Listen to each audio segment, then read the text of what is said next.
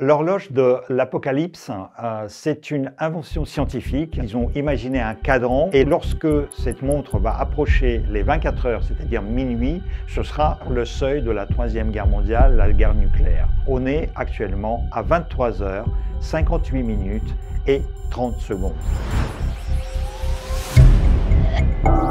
Malheureusement, on peut dire que la menace nucléaire est bien réelle aujourd'hui, même si on espère que ça ne va jamais arriver. Le régime de Poutine a décidé de faire du nucléaire une arme d'emploi, ce qui n'est pas le cas pour la majorité des autres pays dits dotés, c'est-à-dire possédant des armes nucléaires. Pour ces pays-là, c'est juste de la dissuasion. La Russie a déjà essayé de faire peur au monde, en 2008 en menant une guerre contre la Géorgie, en 2015 avec la guerre en Syrie, en 2014 avec l'annexion de la Crimée. Aucune puissance mondiale n'a jamais voulu s'imposer entre la Russie et les pays qu'elle agressait.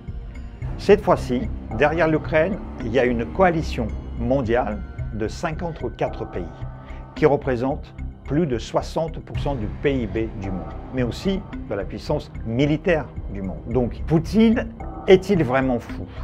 Ça, c'est la grande question. Il a compris qu'avec les armes conventionnelles, il ne peut pas gagner cette guerre. Donc, ce qui lui reste, c'est les armes nucléaires. Il n'est pas fou.